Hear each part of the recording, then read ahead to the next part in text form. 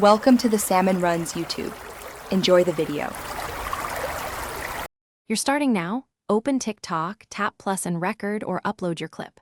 Once done, tap the red checkmark to move to editing. This puts you straight into captions and audio tools. Make sure the app is updated and you're on the intended account because voice options can vary by region and build. This first step prepares the video file and exposes the text-to-speech controls, so don't skip it. Now move to adding text, which is where language settings live.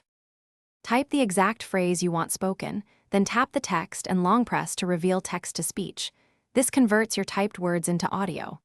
Once you select text-to-speech, tap the voice label or the small drop-down next to it to browse voices. TikTok groups voices by language and accent, so you can change both. If you need a different language, scroll through the list and preview each option. This preview shows pronunciation and tone, helping you choose the clearest match for your content. Preview the voice to confirm pronunciation, then tap to apply. Once applied, adjust text timing and position so speech syncs with visuals.